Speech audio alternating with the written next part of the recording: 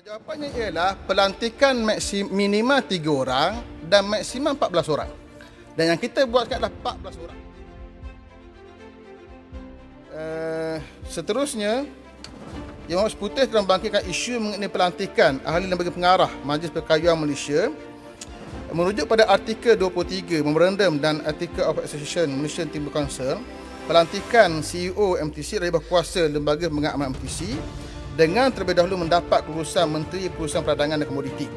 Di peringkat kementerian, proses pelantikan jawatan ketua pengarah atau CEO ini melalui jawatan kuasa benar calon jawatan ketua pengarah seperti amal serta panduan yang digunakan oleh semua agensi di bawah KPPK. Bagi urusan pelantikan CEO MTC melalui surat bertarikh 3 Oktober 2020 telah mengemukakan pada kementerian senilai 5 orang calon untuk dipilih dan akhirnya kita pemilihan dibuat kepada pelantikan Encik Mukhtar bin Suhaili sebagai CEO yang baru. Sebagai makluman, pelantikan CEO MTC dari latar belakang selain perkayuan bukan pertama kali dibuat.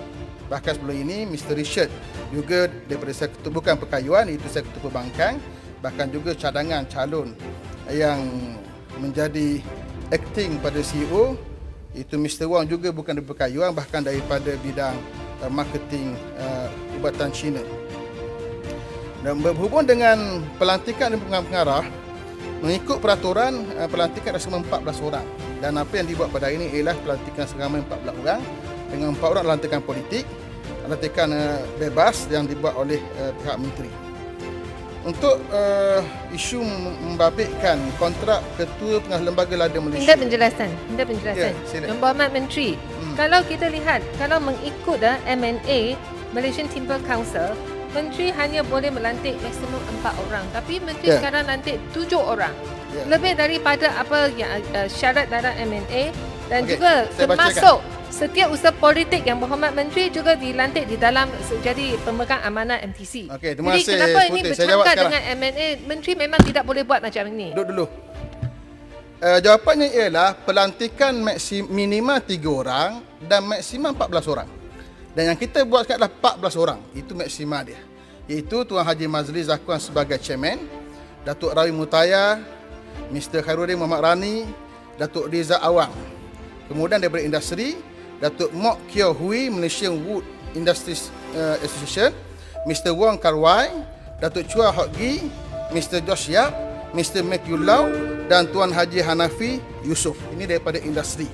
Lantikan bebas 4 orang.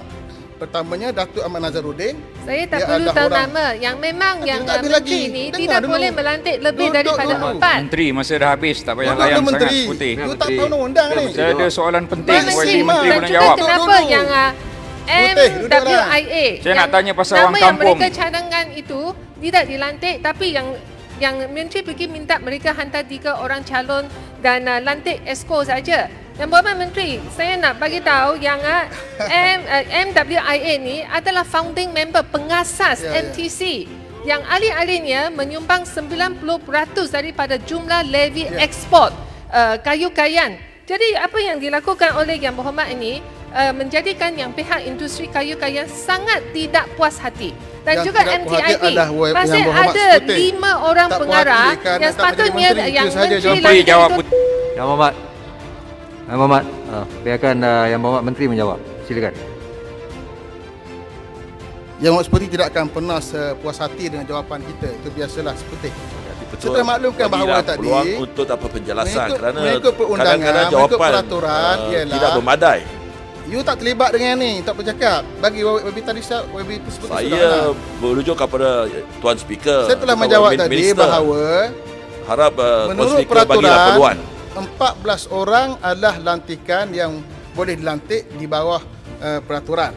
Dan 14 orang ini telah dilantik seperti mana peraturan saya sebutkan tadi bahawa 6 orang daripada industri dan 4 lantikan bebas. Dan 4 orang itu, 2 orang daripadanya adalah mereka yang terlibat di bidang perkayuan sendiri, iaitu Tuan Haji Datuk Ahmad Nazaruddin dan juga Mr. Richard. Tidak ada sebarang salah laku dalam pelantikan ahli lembaga pengarah. Adapun melantik siapa yang dalam pelantikan ini itu adalah bergantung kepada nama yang dihantar. Saya minta dihantar 3 nama dan saya pilih salah satu daripada yang 3 itu semua mengikut peraturan. Yang Berhormat Speaker, saya nak tanya dengan